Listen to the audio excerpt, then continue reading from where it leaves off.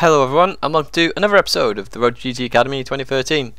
As you can see, it's episode 8, and it's on qualifying, pole position, a sort of training that me and Ghost did before the last national finals, and the importance of qualifying.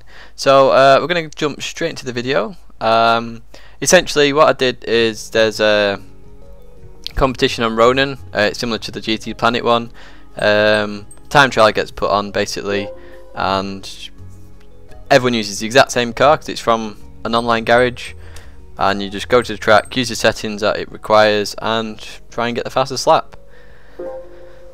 So what I'll do is explain what me and Ghost do initially, while it's just showing you some of the options that have been selected. I mentioned in the last video, me and Ghost did sort of a 5-lap training, so you had to sort of get the fastest lap after 5 laps. And what that does is it sort of gets your mind into practice of sort of like limited time scale, because a lot of people complain that, you know, some people have a lot of time compared to others to actually achieve a good rank in GT Academy, which was true for me for the first national finals. I was at uni, so I actually had a lot of time. The second one not so much because I work, so you know, I hardly had any time at all, but I still qualified for both. And so that's basically about time. Time does have an effect, you know. If you got more time, you're more likely to get a faster lap. So this is just to show you what you can do with a limited time. So basically it's going to be 5 laps, and that's to get your lap time. So you get your out lap, where you've got to really sort of start understanding the car straight from the off. As you see, I'll make a few mistakes. It's the Z06, and I won't spoil it. You'll see in a second what happens, and then I'll explain what I think of the car. But you've got to sort of learn the braking points very quickly, acceleration points, how the car reacts. Is lots of oversteer? Is it understeery? You know, the power of the car. And from that out lap, you've then got to sort of try and build on it each lap to try and get the perfect lap. Now qualifying is important as well. Just to point this out, is that you can get good qualifying position, you know, good place for the race. You're more likely to do well, because if you're up near the front, you're less likely to be involved in accidents, which actually knocked me out in the last national finals. I qualified quite badly at Capering, ended up being nudged on the first corner on the 3rd restart, and that cost me my place in the driving media physical section. So you know, it really is key for this qualifying position. So we're about to begin now in the Corvette, and first off I'm just going to have a look at the brakes, and as you can see there, it doesn't stop me very quickly. And then I'll just test there just to see if there's any sort of wiggle in the car. There was a slight bit, and now I'm going to start the lap. Now a couple of rules: I've got to have 2 tyres, wheels within the white lines at all times. Curbing counts as track, and I'm not allowed to touch the barriers. So with that in mind, we're going to start this lap now. So coming up to the first corner, I'm braking, and I've completely overshot it straight away and hit the barrier. So from that first corner alone, I've learnt about the brakes there, and that they are not very good at all. And just there, a bit of power oversteer. So the car is initially, as I can see, quite hard to drive. You know, I've got power oversteer. The brakes aren't very good. As you can see there, it's got very light over that crest of the hill there. You know, I need to sort of use what I've just learned from those and remember those for the next lap. So as you see, I'm making my way around. It's a very, very rusty lap. First time in the car on this track, so you know, it's sort of trying to pick out key points of information that I can then use to get a relatively clean lap. Now in 5 laps, you're not going to get the best lap, but what you can do is get a fairly good lap, or you know, that'll stick and should get you a good position, because everybody would be in the same boat for qualifying. So as you can see, again, I overestimated the brakes, and I went straight into a barrier. Clearly showing, you know, these brakes are just like, I don't know, cans of Coke or something the size of them for the car. So we're about to start our first flying lap. Now you've seen we've had a few accidents. I need to build on that. So as we accelerate out that last corner, remember about prioritisation of corners as well. That's the priority corner that chicane, so I've got to get good speed out. As you can see, I'm already ahead of my Ghost. So we're going to come up to the first corner. I broke really early. Now this is what you should do. If you, as you saw there, I hit the barrier on the first time round on the outlap. If I brake early, I can then keep pushing the braking point up to a point on the last lap where I should actually do the fastest first corner. And that way you build on it, and then you increase your time constantly. So, as you can see again there, if you remember last time on this corner, I made this corner. This time I haven't. So what I now know sort of where the limit is, in between those two. That's what I should be aiming for with the braking point. And then same again, I'm following a similar line each time. I'm trying to get my racing line sorted as well, and my acceleration. Notice I'm not changing gears as much with this car. It's got a lot of power oversteer. If I stay in the lower rev range, I'm not hitting the peaks of the engine, so the wheels aren't going to be spinning and losing traction as much. Remember here, broke well too late, went straight into the barrier, as you can see there with that Ghost. I've now thought that process through when I arrived at that corner, realised I had to brake earlier, and now I'm about to get my first flying lap time, which is clearly a lot faster than the outlap. Now the outlap had no real effect on the time of the outlap, except from the crashes I had, so you can build on this. So there we go, knocked 4.1 seconds off in that first flying lap.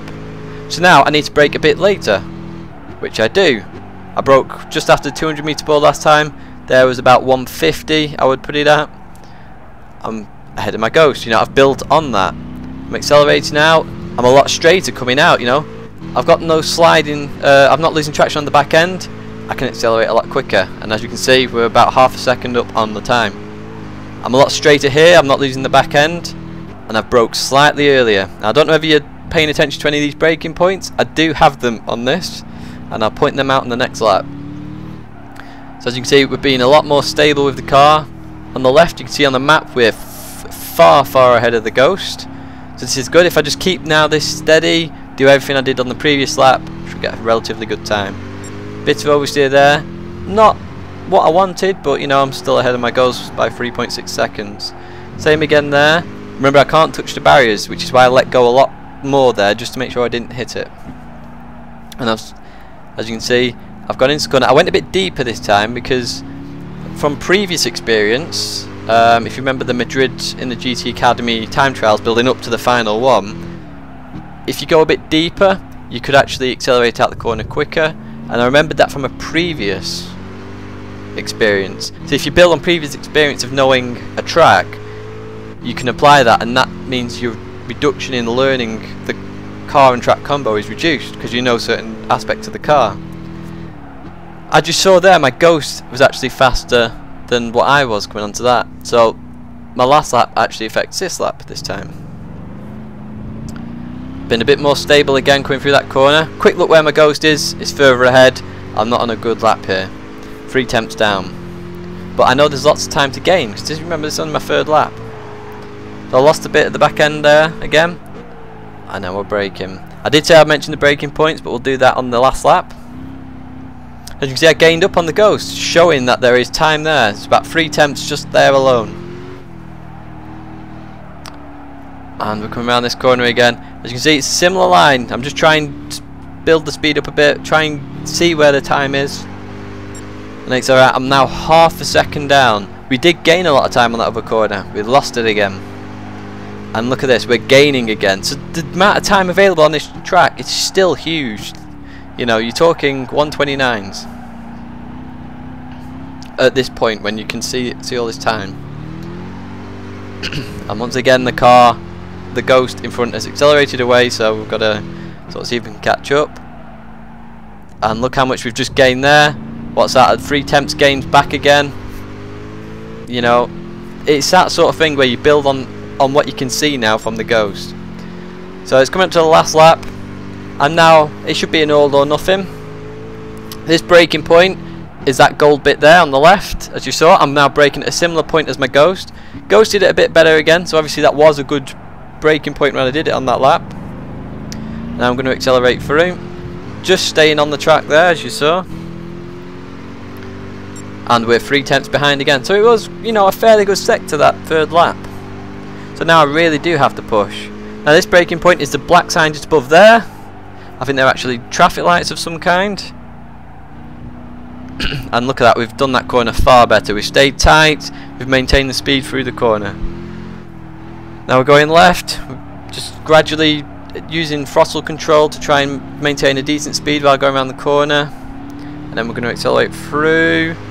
And we've not hit the barrier, so that's good. 3/10 behind still. We've gained a few hundredths, not tenths, hundredths, but you know. And we just hit the barrier there, so it's made it invalid this lap. So the fastest lap for those 5 was a 1:30.7. As you can see, we've gained the 3/10 there, but I've got a better exit, so that doesn't really count as time gain. Maybe a tenth, as you can see, it's a bit closer. I don't know. And then same again, look at the time gain there, huge amount of time. So from that I can see I've done a good lap of a 1:30.7, still loads of time there.